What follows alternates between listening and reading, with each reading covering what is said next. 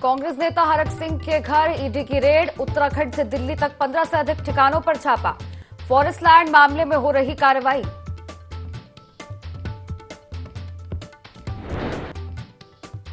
ED की कार्रवाई पर हरक सिंह के पीआरओ का बयान। कहा, बदले की भावना से ईडी कर रही कार्रवाई। हरक सिंह साफ छवि के इंसान।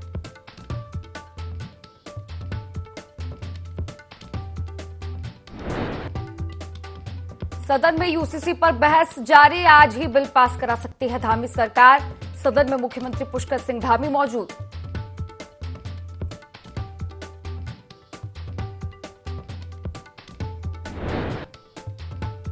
उपनेता प्रतिपक्ष ने यूसीसी बिल पर खड़े किए सवाल। कहा, सरकार सिर्फ यूसीसी के सहारे माहौल बनाने की कर रही कोशिश। यूसीसी विधेयक में सिर्फ कट कॉपी पेस्ट।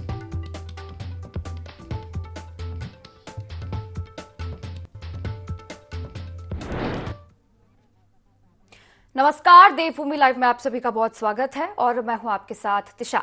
अब हेडलाइंस के बाद खबरों का रुख करेंगे। उपनेता प्रतिपक्ष भुवन कापड़ी ने धामी सरकार के यूसीसी विधेयक पर सवाल खड़े किए हैं। उन्होंने कहा कि सरकार ने सदन में पेश किए गए यूसीसी विधेयक में सिर्फ कट कॉपी पेस्ट किया है। इसमें नया कुछ भी नहीं है। सरकार सिर्फ यूसीसी के सहारे माहौल बनाने की कोशिश कर रही है।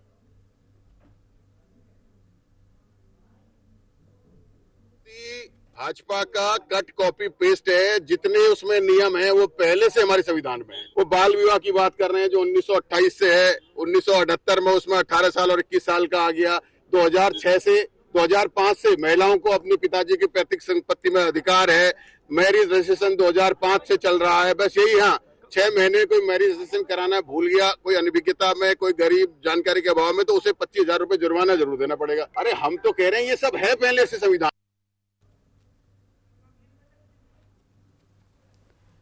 तो खबर देहरादून से बता रहे हैं आपको। बता दें, उपनेता प्रतिपक्ष भुवन कापड़ी ने धामी सरकार पर सवाल खड़े किए हैं। यूसीसी विधेयक पर सवाल खड़े करते हुए उपनेता प्रतिपक्ष भुवन कापड़ी ने कहा कि सरकार ने सदन में पेश किए गए यूसीसी विधेयक में सिर्फ कट कॉपी पेस्ट किया है।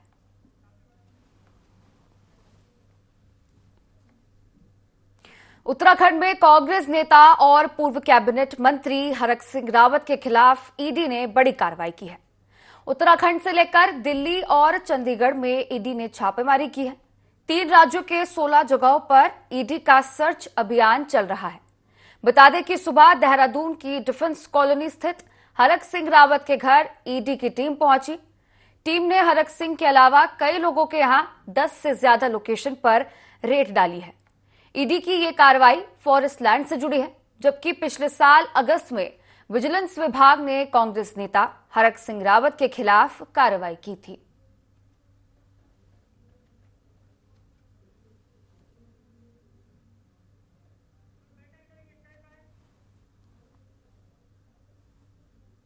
उधम सिंह नगर के डीएम उदयराज सिंह ने काशीपुर उपजिला अस्पताल पहुंचकर चिकित्सा प्रबंधन समिति की बैठक ली। इस दौरान 2 करोड़ 90 लाख रुपए के पास हुए बजट पर विस्तृत चर्चा की गई और डॉक्टर्स को आवश्यक दिशा निर्देश दिए। बताते चले कि काशीपुर ब्लॉक सभागार में तहसील दिवस के आयोजन के बाद डीएम उदयराज सिंह काशीपुर के एलडी भट्ट उपजिला अस्पताल पहुंचे, जहां उन्होंने बेहतर स्वास्थ्य सुविधाओं के लिए समिति द्वारा विभिन्न प्रस्ताव पर अनुमोदन किया और अस्पताल में मरीजों को मिलने वाली सुविधाओं और अस्पताल के छोटे बड़े खर्चों का अवलोकन भी किया। देखिए, ये जो बैठक होती है ये हर 6 महीने के अंतराल में इसका बैठक करने का है और इसमें हॉस्पिटल्स की जो ज़रूरतें होती हैं, जो अनुदान और यूजर चार्ज से जो पैसा कलेक्ट होता है, उसी से हॉस्पिटल की दैनिक ज़रूरतों को पूरा किया जाता है। तो इसमें तमाम तरह की मरीजों के सुविधाओं के लिए, उनके परिजनों के लिए बैठने की व्यवस्था हो, चाहे बेडशीट वगैरह चेंज करने की बात हो या और भी छोटी मोटी जो भी समस्याएं होती हैं। बजट की भी बैठक थी, तो बजट पास हुआ है 2 करोड़ 90 लाख के करीब।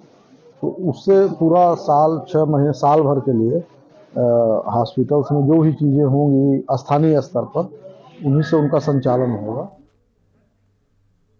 उत्तराखंड में ईडी का सर्च ऑपरेशन जारी है। बता दें कि उत्तराखंड में पूर्व कैबिनेट मंत्री और कांग्रेस के नेता हरक सिंह के ठिकानों पर ईडी की रेड डिफेंस कॉलोनी स्थित आवास पर टीम पहुंची है।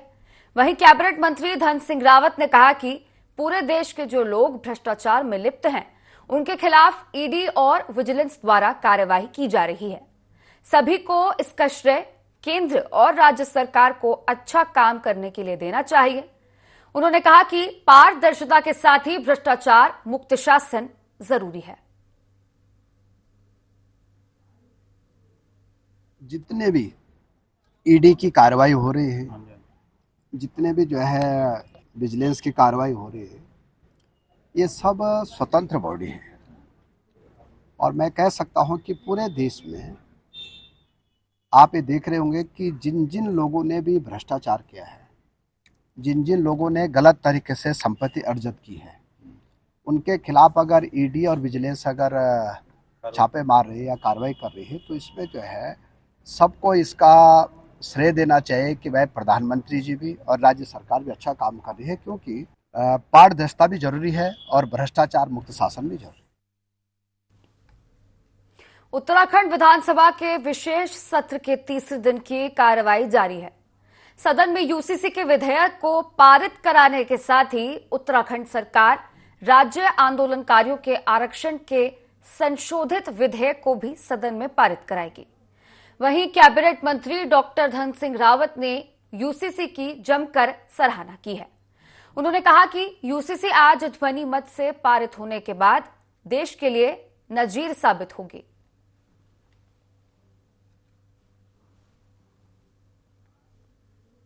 काफ़ी बातें मैंने सदन में बोली और यहाँ तक मैंने कहा है कि भाई गोवा प्रदेश में 157 वर्ष पहले यूसीसी आया था, उससे भी ज़्यादा सशक्त यूसीसी हमने अपने राज्य में बनाया है। लगभग 25 विधायकों ने इस पर चर्चा की है। आज भी दिन भर चर्चा होने जा रही है और जैसे ध्वनि मत से पास हो जाएगा, ये पूरे देश के लेकर नजीर बनने जा रहा है। पूर्व कैबिनेट मंत्री और कांग्रेस नेता डॉक्टर हरक सिंह रावत के घर पर ईडी की कार्रवाई को लेकर उनके पीआरओ विजय सिंह चौहान ने बयान दिया है। उन्होंने अपने बयान में कहा कि ईडी बदले की भावना से काम कर रही है। उनका कहना है कि ईडी नगर निगम कर्मचारी की तरह हो गई है, जो कहीं भी किसी के घर चली आती है। उन्होंने इसके लिए भाजपा को जिम्मेदार ठहराया है। उनका कहना है कि जब तक डॉक्टर हरक सिंह रावत बीजेपी में थे, तब तक उनको वो साफ सुथरी नजर आती थी और अब वे कांग्रेस में चले गए हैं, तो उनसे बदला लेने के लिए ऐसी कार्रवाई कराई जा रही है। हाँ, मुझे भी आप लोगों के माध्यम से पता चला तो मैं आया हूँ। तो मुझे तो ये पूरा जो है राजनीतिक लग रहा है जी। जैसे आज आपको देश में चल ही रहा है कि जो है ईडी ऐसे हो गई है जैसे नगर निगम, कहीं भी पॉलिटिकल जो है किसी को रोकना है, कोई जीतता हुआ कैंडिडेट है, वहीदवार से इनकी रिपोर्ट जो आई है, सर्वे रिपोर्ट जो पता लगा है, वो जीतने पे आई है, तो वही निकालने के लिए उन्होंने ये इस तरह की कार्रवाई करी। राजनीतिक है ये, और कुछ नहीं है। 16 ठिकाने तो वो किसी आप पार्टी और वो जो मैंने टीवी में देखा, राजनीतिक लोगों के यहाँ पड़ा है। 16 ठिकाने का इनसे कोई ताल्लुक नहीं। उधम सिंह नगर के काशीपुर में स्वास्थ्य विभाग की निरीक्षण समिति ने अवैध रूप से संचालित डेंटल क्लिनिक पर औचक छापेमारी की और डेंटल क्लिनिक को सील कर दिया है। दरअसल जसपुर खुर्द में सानिब डेंटल क्लिनिक बिना रजिस्ट्रेशन और डॉक्टर की डिग्री के लिए संचालित था, जिसकी सीएम पोर्टल पर शिकायत के बाद सीएमओ मनोज कुमार शर्मा के नेतृत्व में कार्रवाई की गई।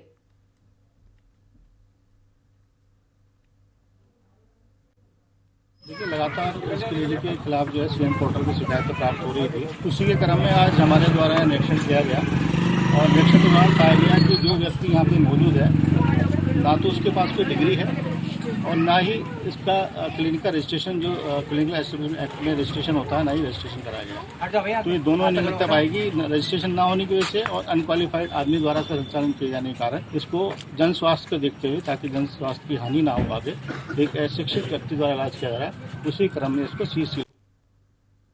लखवाड़ बांध परियोजना के अंतर्गत आने वाले विस्थापित गांव के बेरोजगार युवाओं ने कार्यस्थल पर अपनी मांगों को लेकर धरना प्रदर्शन किया। इस दौरान युवाओं ने परियोजना क्षेत्र में कार्य बंद करवाया, जिसके बाद निगम और तहसील प्रशासन आनन फानन में परियोजना स्थल पर पहुंचे और कार्य शुरू करवाने के लिए दबाव बनाने लगे, जिस पर सभी बेरोजगार युवा आक्रोशित हो उठे और कार्य शुरू करवाने का विरोध किया। समिति के अध्यक्ष संदीप तोमर ने अपनी बात रखी और कहा, बांध प्रभावित प्रत्येक परिवार के एक सदस्य को निगम में स्थायी रोजगार दिया जाएगा। यहाँ पर लॉकआउट परियोजना जो चल रही है, यहाँ पर ये योजना काफ़ी दिनों से इसमें काम बंद पड़ा हुआ है। यहाँ पर जो गाड़ियाँ लग रही हैं ये लोकल स्थानीय लोगों के लगनी चाहिए, और जो यहाँ पर जो बेरोजगार हैं इनको जो है रोजगार देना है, और इसके लिए रोजगार के लिए इन्होंने कहा है कि यहाँ पर विज्ञप्ति जारी कर दी जाए। लेकिन विज्ञप्ति जारी करना, यहाँ पर जो इनका मांग पत्र है इसको हम शासन को भेज देंगे, और जो शासन है वो ही इनको विज्ञप्ति जारी करेगा। बाकी इनके द्वारा जो मांग पत्र हमको दिया गया है इसको हम तुरंत जो है शासन को भेज देंगे। हमारी एक ही मांग है जल विद्युत निगम से कि स्थायी रोजगार दिया जाए प्रत्येक प्रभावित परिवार के एक सदस्य को, लेकिन जल विद्युत निगम हमारी मांगों को नहीं मान रहा है। हम पिछले 5-6 सालों से इनके ऑफिसों के लिए घूम रहे हैं, अपने जूते घिस रहे हैं इनके ऑफिसों में, लेकिन अभी तक जल विद्युत निगम के द्वारा कोई भी भर्ती प्रक्रिया चालू नहीं की गई है। तो इसी परिप्रेक्ष्य में आज हम यहाँ धरना स्थल पर एकत्रित हुए हैं और अनिश्चितकालीन धरने का हमने आह्वान किया है। लेकिन हमारी सिर्फ एक ही मांग है कि जब तक प्रत्येक प्रभावित परिवार को के एक सदस्य को रोजगार नहीं दिया जाएगा तब तक हम अपना अनिश्चितकालीन धरना जारी रखेंगे। जिस दिन भी आपकी तरफ से नोटिफिकेशन जारी किया जाएगा भर्ती के लिए, उस दिन हम अपना धरना खत्म करेंगे। बद्रीनाथ धाम की यात्रा का एक अहम पड़ाव और पांडु नगरी के नाम से प्रसिद्ध जोशीमठ क्षेत्र की आध्यात्मिक नगरी पांडुकेश्वर में कुबेर देवरा महोत्सव का आगाज हो गया है। 7 दिन तक जहां भजन संध्या का आयोजन होगा। इस दौरान बसंत पंचमी के दिन विशेष घड़ा उत्सव का आयोजन किया जाएगा। वहीं पांडुकेश्वर गांव की महिलाओं द्वारा पारंपरिक लोक वेशभूषा के साथ भव्य कलश शोभा यात्रा भी निकाली गई।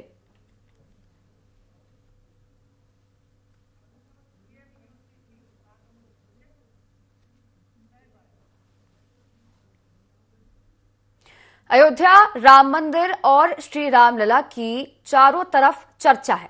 इसके बाद देश में जो मुद्दा अब हर किसी की जुबान पर है वो है समान नागरिक संहिता यानी कि यूसीसी।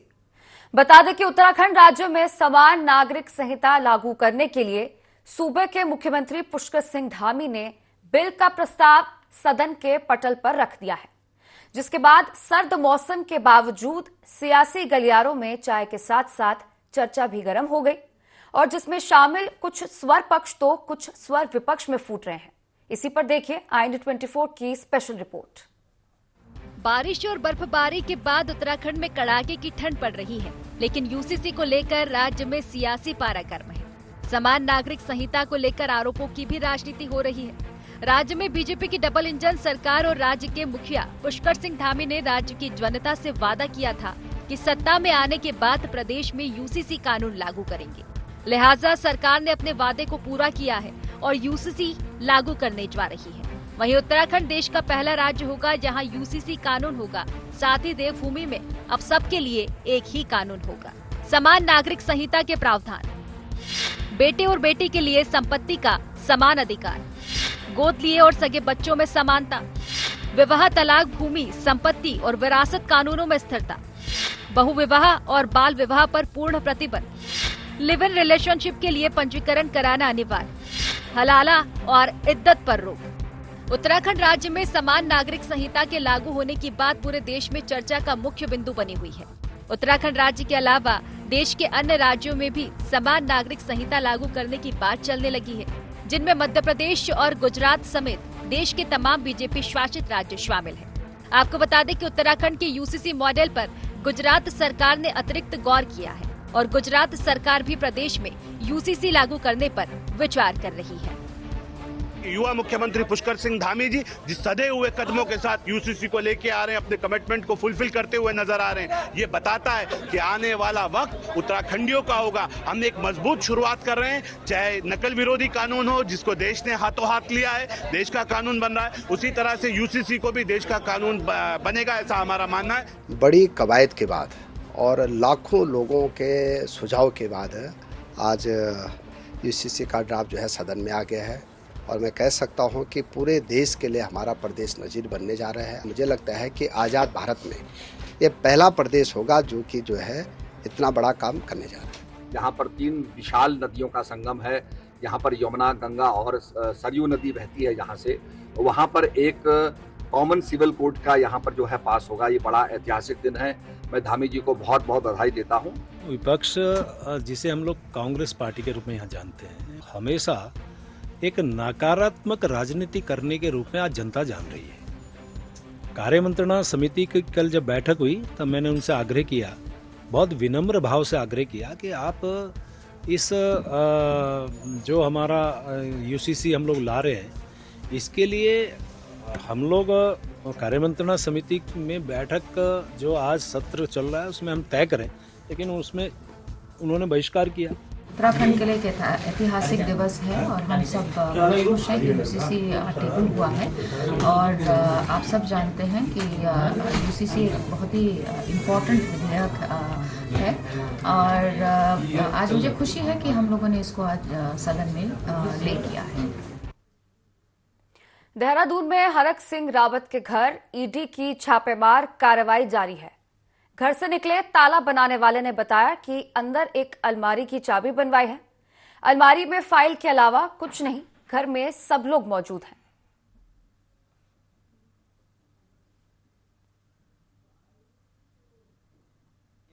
मैं था सिर्फ, बाकी और उनके स्टाफ के बंदे 1 से 1.5 घंटा लगा है। अच्छा, कितनी फाइलें होंगी उसके अंदर? सर अलमारी भरी पड़ी है, इतना गिन के थोड़ा ही बताऊंगा। पूरी अलमारी, फाइल के अलावा कुछ नहीं है, सिर्फ फाइलें ही थी, उसमें और कुछ नहीं है। अंदर तो है मेरे ख्याल से 5 से 6 आदमी है। मंत्री जी तो मुझे दिखे नहीं, बाकी मैडम थी। उत्तराखंड में कांग्रेस नेता और पूर्व मंत्री हरक सिंह रावत के खिलाफ ईडी बड़ी कार्रवाई करते हुए दिल्ली, चंडीगढ़ और उत्तराखंड में छापेमारी कर रहा है। इन 3 राज्यों के 16 ठिकानों पर ईडी की छापेमारी चल रही है। इसको लेकर कांग्रेस सत्ता पक्ष पर आरोप लगा रही है। उपनेता प्रतिपक्ष भुवन कापड़ी ने कहा कि भाजपा सरकार राजनीतिक विद्वेष के चलते ऐसा कर रही है। ये बीजेपी का डर है। भाजपा हिंदुस्तान का नेतृत्व विहीन बनाना चाहती है। जो लोग जनता का नेतृत्व करते हैं उनके खिलाफ षड्यंत्र के तहत कार्रवाई की जा रही है ताकि भाजपा की तानाशाही चलती रहे।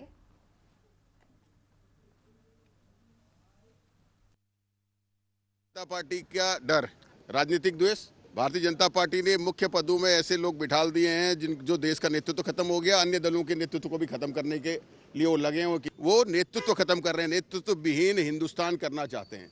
जिनके अंदर नेतृत्व दिख रहा है उनके खिलाफ कोई न कोई षड्यंत्र कर उन्हें जेल में डालने का काम कर रहे हैं कि जिससे इनकी तानाशाही चलती रहे, इनकी तानाशाही के खिलाफ आवाज न उठ सके।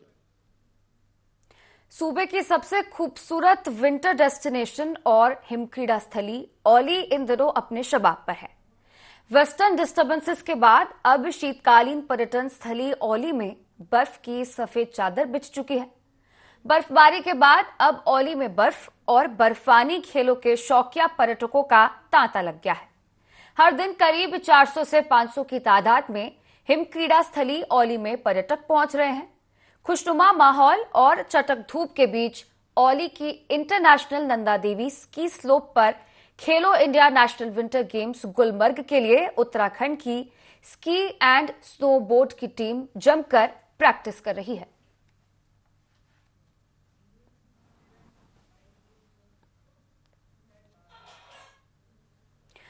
डोईवाला के फतेहपुर जीवनवाला में स्टोन क्रशर व स्क्रीनिंग प्लांट के विरोध में एक बार फिर से ग्रामीण विरोध करने को मजबूर हो चुके हैं। फतेहपुर पंचायत भवन में ग्रामीणों ने बैठक कर रणनीति तैयार की। इसी पर ग्रामीणों का कहना है कि इन स्टोन क्रशर और स्क्रीनिंग प्लांट से अत्यधिक ध्वनि प्रदूषण होता है। साथ ही बड़े बड़े डंपरों की आवाजाही से उड़ने वाली धूल फसलों को नुकसान पहुंचाती है। क्षेत्र के लोगों में भी कई तरह की बीमारियां पनप रही हैं। लोगों की सरकार से मांग है कि सरकार इन स्टोन क्रशरों को आबादी क्षेत्र से बाहर लगाए। घर के जड़ में क्रशर लगी है, उससे हम बहुत परेशान हैं। वो ना हो तो हम अच्छे जिएंगे 2-4 साल, हम परेशान हो रहे हैं। बस मेरे घर के जड़ में है, 50 मीटर दूरी में है, 50 मीटर, केवल 50 मीटर दूरी में है। इस प्रकार की परेशानी अंकल इससे धूल की आवाज़ की, रात को भी गाड़ी भरता और दिन को भी बस खड़ंग मड़ंग है, बस ऐसा है। मैं ये चाहता हूँ कि जो स्क्रीन क्रैशर भी चल रहे थे, इनसे नदी में अवैध खनन हुआ और अब स्टोन क्रैशर है, स्टोन क्रैशर लगाने जा रहे हैं। इससे अवैध खनन तो खनन, इसमें ध्वनि प्रदूषण और हमारे स्वास्थ्य के लिए इतना खतरनाक हो जाएगा। ये तो आप क्या चाहते हैं, नहीं लगना चाहिए। ये ज़मीनें जो हमारे बुजुर्गों ने बनाई है सन 1936-37 में, राजाओं से लेके पत्थर भी चुके हैं इसमें। अगर ये नहीं माने तो हमारा इतना विरोध होगा कि ये उग्र रूप धारण कर लेगा, इसमें जनहानि भी हो सकती है। विरोध जो आ रहा है ये कुछ लॉबी से ही आया है। जो हमारी खनन की लॉबी है, उन बंदों ने विरोध स्टार्ट किया था, क्योंकि परमिशन होना भी कोई छोटी बात नहीं है। अगर क्रैशर की परमिशन हुई है तो उन बंदों को नाराज़गी ज़्यादा है जो खनन लॉबी से जुड़े हुए हैं कि उनकी परमिशन नहीं हो पाई, और अगर मेरी परमिशन हो गई तो उनको इतराज़ हो गया। वहीं से शुरुआत हुई, उन्हीं लोगों ने गांव वालों को इकट्ठा शुरू करना किया। और आज अगर यहाँ पे कुछ व्यक्ति इकट्ठे हुए भी हैं तो उसी लॉबी के बंदे ज़्यादा हैं जो ये नहीं चाहते हैं कि किसी भी कारण मतलब खाली क्रैशर ना लगे। स्क्रीनिंग प्लांट के समर्थन में कुछ लोग खड़े हो रखे हैं। अगर बंद करना है तो सभी को किया जाए ना। अगर गांव का भला करना है तो पूरी लॉबी बंद की जाए, हम लोग भी साथ हैं। पूरी लॉबी अगर बंद होती है, पूरा खनन अगर बंद होता है तो पूरे गांव का वातावरण शुद्ध होगा। हम भी चाहते हैं उस चीज़ के लिए, तो हम भी तैयार हैं। ग्राम पंचायत जीवनवाला ने जो बैठक की है, ये खुली बैठक की है। इसके संबंध में लोगों से जानकारी, लोगों से विचार लेने के लिए आज बैठक हुई है। इससे पहले जो इसका विरोध लोगों ने बहुत किया है, लिखित में शिकायतें भी दे चुके हैं, सब कुछ हो चुका है, डीएम तक भी पहुंचे हैं शिकायतें सब। उसमें भी लोगों ने पहले से प्रयास किया था। लोग उनका भी लगातार विरोध कर रहे थे, उनका भी लगातार विरोध, लेकिन उस पर कोई बहुत बड़ी, उनमें कुछ लोग लोकल थे, वो हो नहीं पाया था, बंद नहीं हो पाए। कुछ लोगों ने की परमिशन अब नहीं है, उन्होंने बंद करने शुरू कर दिया है उन्होंने अपने।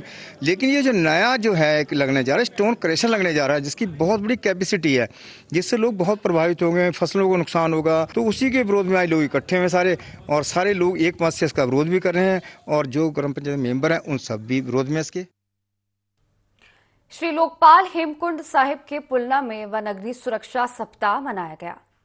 ग्राम प्रधान पुलना शिवराज सिंह चौहान, वन पंचायत सरपंच भूपेंद्र सिंह की उपस्थिति में वन अग्नि सुरक्षा सप्ताह की इस जागरूकता गोष्ठी में विशेष रूप से लोकपाल घाटी और विश्व धरोहर स्थल फूलों की घाटी राष्ट्रीय पार्क क्षेत्र को वन अग्नि सुरक्षा के प्रति स्थानीय निवासियों के साथ ही प्रत्येक यात्री और पर्यटकों को जागरूक करने और वनों को दवानल अग्नि से सुरक्षा बाबत अपना सामाजिक दायित्व निभाते हुए संकल्प दिलाया गया।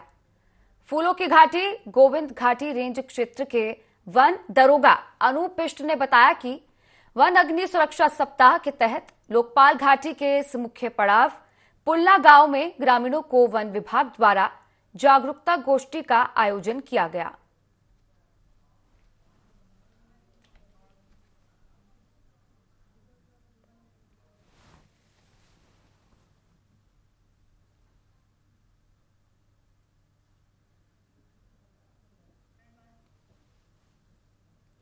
लोहाघाट के राजकीय हाई स्कूल खूना बोहरा के उच्चीकरण की मांग को लेकर विद्यालय में छात्र छात्राओं व क्षेत्र के अभिभावकों ने लेकर प्रदर्शन किया।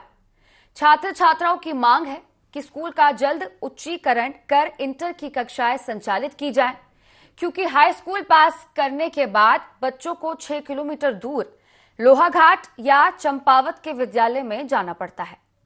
पूर्व ग्राम प्रधान महेश बोहरा का कहना है कि विद्यालय के उच्चीकरण की फाइल चंपावत के शिक्षा विभाग में जमा कराई गई थी, लेकिन शिक्षा विभाग के कर्मचारियों ने लापरवाही बरतते हुए फाइल को गुम कर दिया। ग्रामीणों ने मांग पूरी न होने पर आंदोलन की चेतावनी दी है।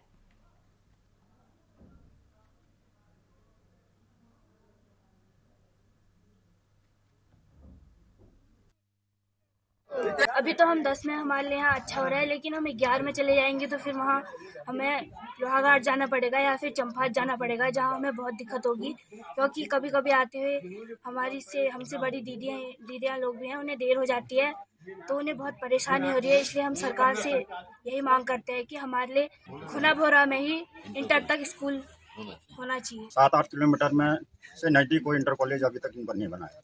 ये स्कूल है जिसमें काफ़ी बच्चे भी हैं, ये नहीं कि जैसे स्कूल में कम होते जा रहे हैं, इसमें बढ़ते जा रहे हैं साल दर साल। और यहाँ से इंटर करने के लिए कम से कम सुबह जाते हैं तो रात के 5 बजे पहुँचते हैं घर, इसलिए एक जंगली रास्ता है, वहाँ से जंगली रास्ते पैदल जाना पड़ता है। हमारी मांग है कि यहाँ पे तुरंत सरकार से निवेदन है कि यहाँ पे इंटर की क्लासें चालू की जाएं। तो मैंने जब यहाँ देखा समस्या को तो मुझे एक चीज़ बहुत बढ़िया लगी कि सामने प्राइमरी है, इधर 10वीं तक विद्यालय है। अगर यदि इस विद्यालय का उच्चीकरण होता तो क्षेत्र का बहुत विकास होता। और जब यहाँ पता लगा आकर कि करीबन 13 गांवों से जुड़ा हुआ यह विद्यालय है, विद्यालय के पास एक अच्छा फील्ड भी है। मैं सरकार से निवेदन करता हूँ कि जल्द से जल्द इसको उच्चीकरण की मांग को पूरा करे और यहाँ के क्षेत्रीय वासियों को इसका लाभ।